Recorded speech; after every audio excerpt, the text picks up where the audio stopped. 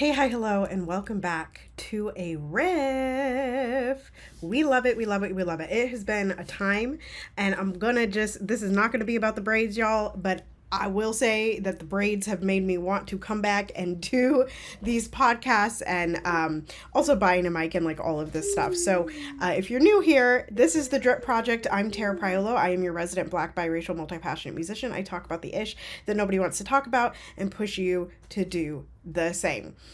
So the braids made me want to come back, y'all, and also the events of last week. For those of you that don't know, or you're like, when is this posted? It's September 15th. Last week, there was a school shooting. Charlie Kirk was murdered, and there's a whole lot of people reacting, right? The world is reacting, and there's a bunch of other stuff going on, like horrible play in the NFL and these kind of things. But I realized as I was thinking about, like Saturday in my stories, I posted Fiona Flight's live video, and I was like, I'll do a reaction to this, or like, I want to talk about some of the things that we've been talking about in my stories the last couple days in regards to Charlie Kirk and violence and like stuff like that. And then as I continue to consume information and as I continue to flow through life and think about it, I realized this morning that this needed to be a podcast. That this was going to be greater than stories, and that I could not like not bring it to the podcast, and y'all needed a better way to consume it. So welcome, and if you are here on YouTube or anywhere else, you can feel free to join my Substack and get all of the things, including blogs and my monthly newsletter, at lifteveryvoice.substack.com. That's what the Substack is named. All right, let's get down to it. So over the last couple years, ever since I rejoined Love in Action Network and recultivated my relationship with Dr. Flo, and met Poppy Wada, who is the owner of House of Mommy Water, I have been walking through the chakra system and the 7-day chakra pillar challenge from House of Mommy Wada, and, you know, been really feeling into my feelings and opening my worldview and exploring other things, and, you know, being in a relationship with white and black people and also everybody in between, and you know, being in music, a very elitist side of music and high level music, and all of that. Like many of you that have followed me on other platforms other than Substack know a lot about my journey, and I allow you to watch me and experience as I grow. And so anyway, walking through this chakra system has been monumental in terms of how I have come to view the world, and I have come to understand what healing looks like and how my healing can help other people, and how I can be in community with so many different types of people. And that's the backdrop of it, right? And so my child is right here. So if you see the computer move or you hear things, it is because my child is right here. And you know, we're in real life, so I'm trying to see. Yeah, we're good. Okay. I couldn't tell if the microphone was still on, and I just wanted to make sure that it was still on. Okay. So I'll start with the Fiona Flight live video. And so this was her day 12, I believe. Yeah, day 12 of her 365 days Frequency of Truth lives. And she was telling this story about her kids going to unschooling, essentially, and was talking about sharing. And she used this example of how in unschooling, Billy and Jimmy, like Jimmy could take Billy's ball and Billy might hit Jimmy, but the conversation never involved shame or guilt. It would be the grown-up would come over, and instead of saying, Billy, you're so bad for hitting Jimmy, and never hearing Billy out, there might be some type of conversation like, Billy, why did you hit Jimmy? Jimmy, did you take Billy's ball? How does that make you feel, right? And really tapping into the emotions instead of forcing the emotions down into it and not allowing any of us to feel the anger or the sadness or taking away those quote quote unquote uncomfortable emotions, which is also something that we talk about in Love in Action Network a lot, right? And the other thing that Fiona said in that video, and it's right after the share about the sharing, right? It's right after the share about Jimmy and Billy, who are fake people, but whatever. She said something about disagreeing, but still being in community with each other. And I had just talked about this in my stories the other day of like, we can disagree. It like, actually, that's really healthy, except when it comes to humanity of people, right? We can disagree because we're moving in the same direction. And as long as we're moving in the same direction, we can be in community with each other, right? So I hope that all makes sense and how that like connects. And it really just like, it landed for me in a way of like how repressed we are in the expression of our uncomfortable emotions, and how that is like ripped away from us truly in the way that we're schooled and the way that we're taught and the way that parents use their power over children, and how children are an oppressed group. Now that I'm a parent, like I really see that. Like I disagreed with it before, but now I'm like, oh my gosh. So anyway, that just landed for me in a way that it hadn't landed before. And then I saw a video this morning, and I was trying to remember who it was by, but I'm not going to remember right at this moment. It was Joy Reid. And Joy said, you know, like, y'all got to deal with your anger, right? Like the punching right, which is what happened to Charlie Kirk, right? Or the punching from the right, right? Because Charlie Kirk was right. Charlie Kirk was a right-wing extremist, right? But the people that killed him, or the person that killed him, is even further right, which is wild to think about, right? And so anyway, like Joy was like, you white people, you all got to deal with your anger. And the connection for me between those two videos, Fiona's and Joy's, is that people are not taught to deal with the uncomfortable emotion of anger, when in fact we all feel anger, and it is just how we are in community with each other and discussing our anger that makes a difference, right? I'm going to bring y'all two more videos. So there was I've got plans going on in my text messages.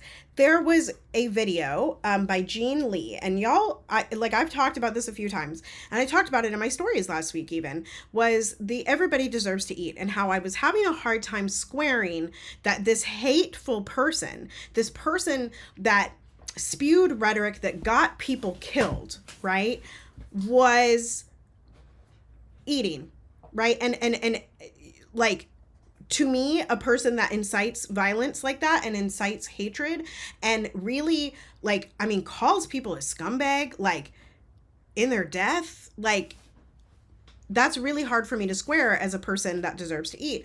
But Jean Lee, right, had been in a homeless shelter with a Nazi, and they still talk to this day. And Jean Lee's Black and trans, and I really had taken it to heart. But anyway, so the original video by Jean Lee was just like, everybody deserves to eat, right? And like, can we come into agreement with that everybody deserves to eat, and like all human life is precious, right? And then they made a follow-up video, and I don't know that I ever shared this one, and this has been years in the making, y'all, where they said, everyone deserves to eat, but maybe not at your table. But maybe not at your table.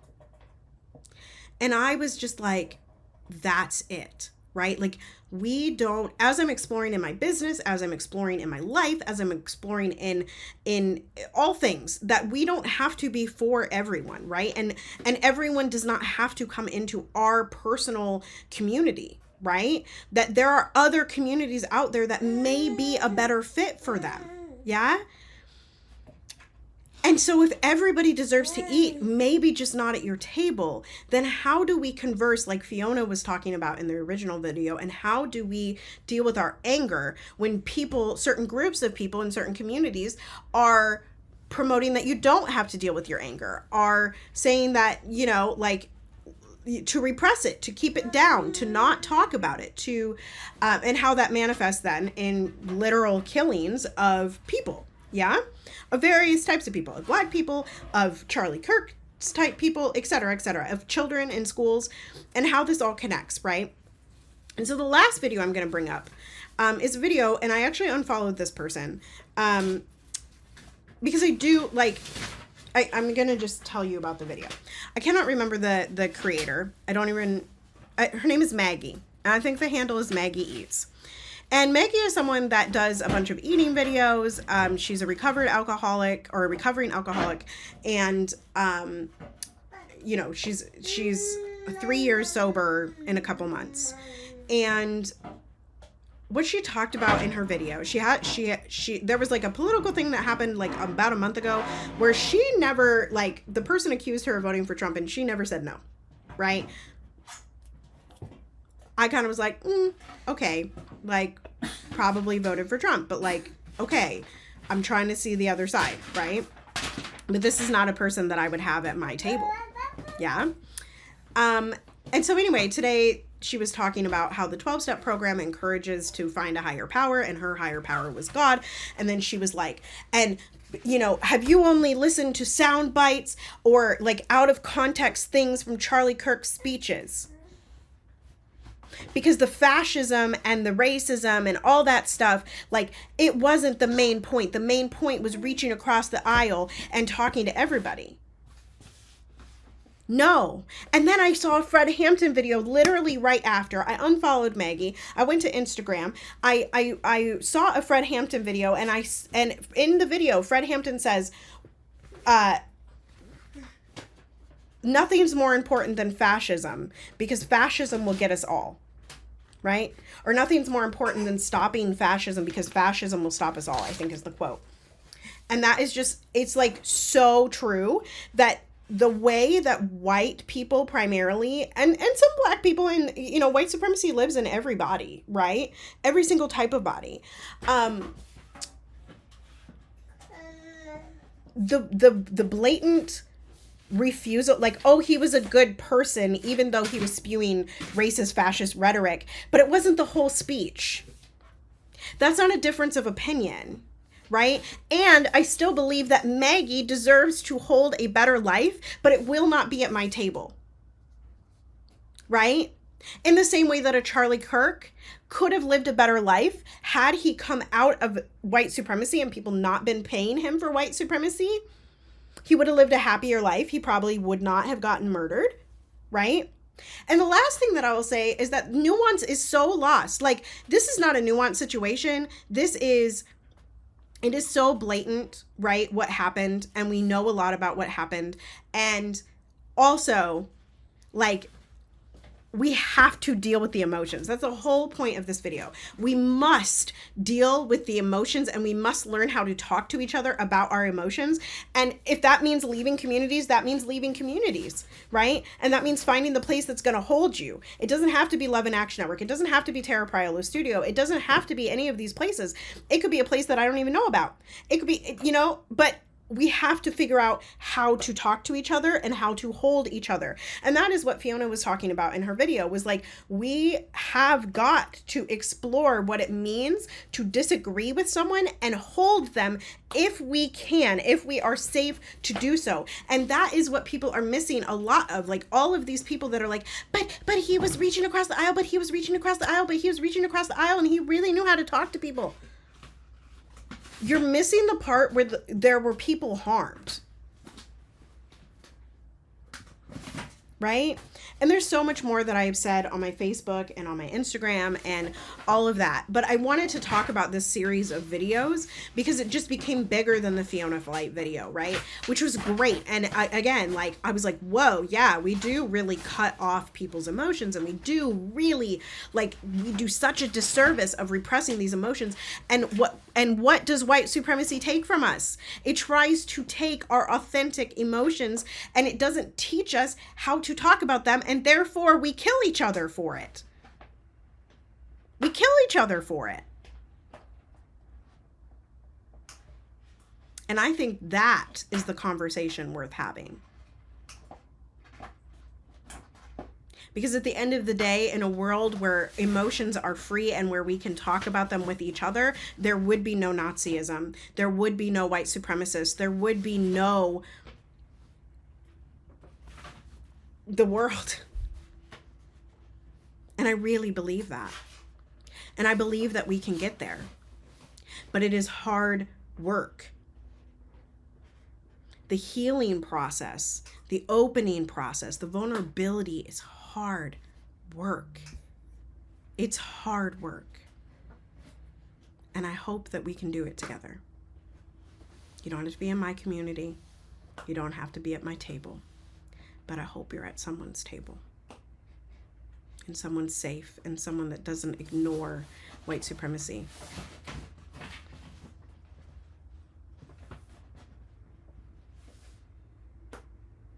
And someone that doesn't instigate it. Right? And I hope those people find a table too, to heal from. All of it. All right, that's been enough in this video. Continue to be anti-racist, be safe, wear a mask, make good trouble, do good work. I love y'all hardcore. You are loved and lovable, and nobody can change that, not even you. Joy. Yes, joy is our revolution. Step into it, belong to it, and walk in it today. And I will see you next time. Toodles.